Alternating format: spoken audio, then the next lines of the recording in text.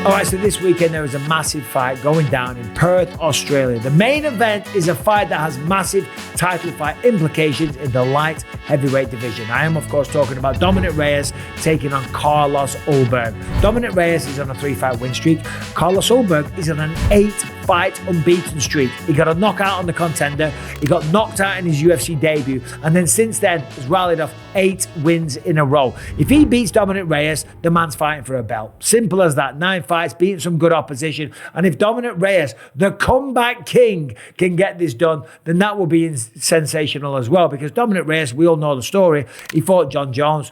A lot of people thought that he beat John Jones. Regardless, on the record books, he lost. And then he got knocked out against Jan Blachowicz viciously. Gets knocked out against Yuri Prochazka with a double spinning back elbow. Vicious knockout, and then he got knocked out against Ryan Spann as well. It looks like the end of the road for Dominick Reyes, but then the man comes back big with 3 knockouts, okay? 2 of them in the very first round. Knocks out Dustin Jacoby, a man that's a very tall, talented striker. Beats Anthony Smith, finishes him in the second round, and granted, to be fair, we know that Anthony Smith, around the time of that fight, wasn't in the best place mentally and maybe shouldn't have taken the fight. However, you can't take that away from Reyes. And of course, last time out, goes out there in the very first round, flatlines Nikita Krylov. If you watch this sport and you know Nikita Krylov, he's not an easy man to knock out. Nikita Krylov is massively underrated. 3 knockouts in a row. Dominick Reyes is talking a good game. He's backing it up inside the octagon as well. And Carlos Ulberg is on an 8-fight win streak as well going into this one. So whoever wins this fight has got a really good chance of fighting for the belt next. Now, when you look at the UFC rankings, we've got the familiar faces. Yes, there's Yuri Prochazka, and Yuri Prochazka is fighting on the same card as Pereira. He's fighting Khalil Roundtree Jr. That's a really, really good matchup. Both men have fought for the belt, okay? If Khalil wins this one, yes, he will have beaten Jamal Hill, and he will have beaten Yuri Prochazka. So that's 2 champs in a row. So there's a good opportunity there, but we've just seen him in a title fight. We want to see fresh blood, and certainly if Ulberg, having won 9 in a row, that would be ridiculous, okay? So you got to think he gets the title fight. Outside of that, yes, there's Khalil Roundtree and there's Yuri Prochazka. There's Jan Blachowicz as well, to be fair, who's a former champion as well. But outside of that, I'm telling you, Dominick Reyes versus Carlos Ulberg, this fight has massive title fight implications, especially if Magomed Ankalaev wins. Because if Pereira wins, yes, of course, we're probably going to see a third match. We know Pereira says that if he beats him, we ain't going to see a third match. More than likely, if Pereira wins, we will see a third match. But if Pereira wins, nobody wants to see Yuri Prochazka just yet fighting Alex Pereira. Don't get me wrong, as a fan, I would love to see it. I'm talking about the way things work, the appetite for the sport, and of course, the nature of the beast with it being a pay-per-view scenario. Of course, come January though, no more pay-per-views. It will all be free on Paramount TV, and that's going to change the game. It's going to be insane. The fighters are going to end up getting paid a lot more money all across the board. The wealth involved in the sport is going to go up. The fan base is going to go up. The sport is going to go truly to the next level. And just quickly on a side note, this is wild. Remember, the UFC was banned, then it was on Spike TV, then it was Fox Sports, then it was ESPN, now it's on Paramount TV, and all the pay-per-views will be free to watch. It's going to be ridiculous, and a lot of new fans are going to get on board. So the sport's going to go to the next level. But as I say, going back to what I said, Alex Pereira has beaten Yuri Prochazka twice, and he just beat Khalil Roundtree as well. Yes, with a couple of good wins, you do get another shot at the belt. But I don't think either of those guys right now could pip Carlos Ulberg to the post, for want of a better expression, who would be on a 9-fight winning streak. And then on the flip side, you would have Dominick Reyes, who will be on a 4-fight winning streak, who fought for the belt before. That is a threat that is knocking everyone out.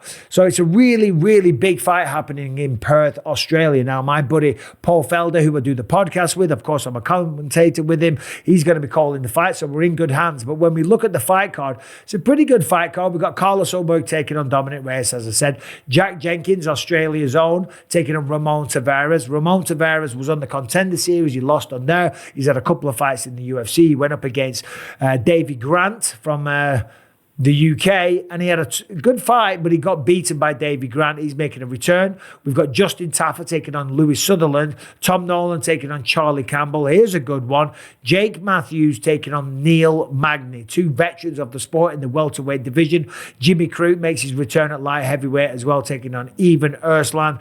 On the undercard, we got Navajo Sterling taking on Rodolfo Bellato. If you remember Rodolfo Bellato, I like this guy. He's a very nice guy. He's a good fighter. He's a big, strong, aggressive, kind of a violent guy. But he's a really cool guy when you speak to him. And I've called his fights, and I called his fights on the Contender series. So you kind of form a relationship with these guys. So you don't like to say anything bad. But last time out, we did see what happened against Paul Craig, right? Okay, you know what I'm talking about. The up kick in the face. He falls down, and then all of a sudden, Fake's being knocked out. Okay, it was a crazy one. It was a no contest.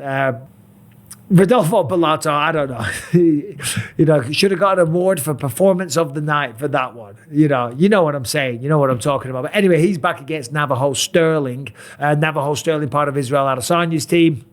Very good kickboxer as well. And I think, what is his record? He might be undefeated. Let me just look this up real quick as I'm talking to you.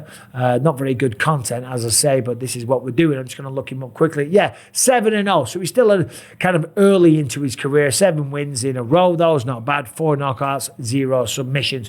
What other notable fights do we have on there as well? We've got Luma Lukbumi taking on Alexa Thainara. Oh, the Welsh gangster, Oban Elliott, makes his return. Oban Elliott, absolutely love this guy, great fighter. Had a tough one recently out there in Baku. Now he's taking on Jonathan McKelliff. I don't know much about Jonathan McKelliff. I'm not calling this fight card, so I haven't gone in depth doing research on it, but Oban Elliott's always good value for money. And of course, we also got Andre Petrosky on there as well, taking on Cameron Ralston. I'm not too sure about him as well. Colby Thickness, Jamie Malarkey taking on Rodolfo Bedoya, Michelle Montague taking on Luana Caroline. And opening up the fight now, we have Brando Pericic, sorry, pardon me, taking on Alicia Ellison. Never called those fights, don't know about them. But what we're talking about, though, is the main event, okay? Dominick Reyes versus Carlos Ulberg. Who do you think wins that fight? I'll make a prediction right now. I haven't thought about this. Carlos Ulberg is a really, really good striker. Very tall, very quick, very slick. Trains at City Kickboxing with Israel Adesanya. Some of the best training partners in the world. Dominick Reyes hits harder. Simple as that. He does hit harder. He's got experience at the highest level. He's got better wrestling than Carlos Ulberg as well. I think we'll see Dominick Reyes use the wrestling in this one. As I said, the knockout power is always there. Knocked out his last 3 opponents. Knocked out Chris Weidman. He's beaten the likes of Volkan Oezdemir, Vincent Prue, Jared Cannonier before we got a title fight against John Jones. Carlos Ulberg, on the flip side, on that 8-fight win streak, who's he beaten? Last time out, Jan Blachowicz. I mean, that's a former champion. Volkan Oezdemir, a former title challenger. Beat Alonzo Menefield. Beat him in 12 seconds, okay? This is what I'm talking about. This fight is a sleeper, man. If you weren't planning on catching this card, do yourself a favor. The main event is going to be ridiculous. Who's going to win in the main event? It's one of those. It's a flip 'em. You can look at it from either side. You can make arguments for both men. I'm going to go with Carlos Ulberg. He's got the cleaner striking. I don't know. It's one of those. I don't know. Honestly, you can flip a coin. I'll say, for the sake of the goddamn video, so you can all go about your day. Anyone that's still watching by now, because I'm just waffling here, I'm going to say Dominick Reyes. That's my gut feeling. I was going to say, when I saw that Ulberg had beaten Jan Blachowicz and Volkan Oezdemir and Alonzo Menefield in 12 seconds, which was crazy because Alonzo just ran at him and he caught him with a big shot. I was like, hold on a minute. We can't forget about Carlos Ulberg. But Dominick Reyes, if you're still watching the video, I empathize for you. I sympathize and I apologize because I'm rambling out of my arse. But yeah, Dominick Reyes, there it is. There's the pick. Broke it down in real time for you. But let me know who you think wins the fight. And by the way, does the winner of this deserve to fight for the belt next? Let me know what you think about that. Subscribe, ring the bell. Thanks for watching. See you soon. Have a good day. Bon voyage. Adios. Saya bloody nara. Right, I'm going to get some dinner. Bye-bye.